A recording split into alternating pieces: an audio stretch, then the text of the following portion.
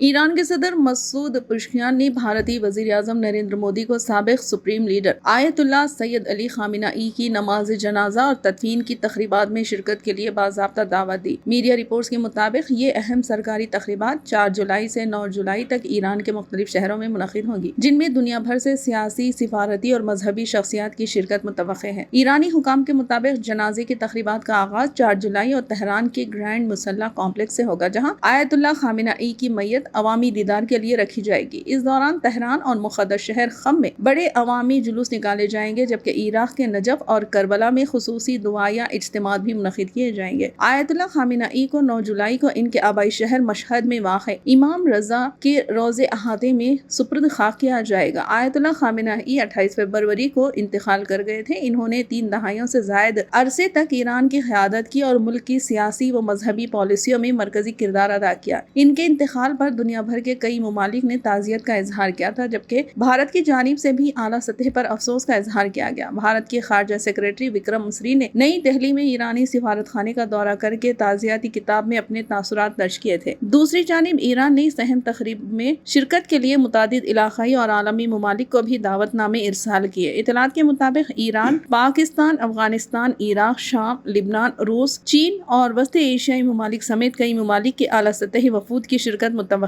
ہے۔ مبصرین کے مطابق یہ تقریب حالیہ برسوں میں ایران کی سب سے بڑی سرکاری مذہبی تقریبات میں سے ایک ثابت ہو سکتی ہے، جس میں لاکھوں افراد کی شرکت کا امکان ظاہر کیا جا رہا ہے۔ مزید دلچسپ نیوز اپڈیٹس کے لیے TVN 99 اردو نیوز چینل کو فالو کریں، شیئر کریں اور ویڈیو کو لائک کریں۔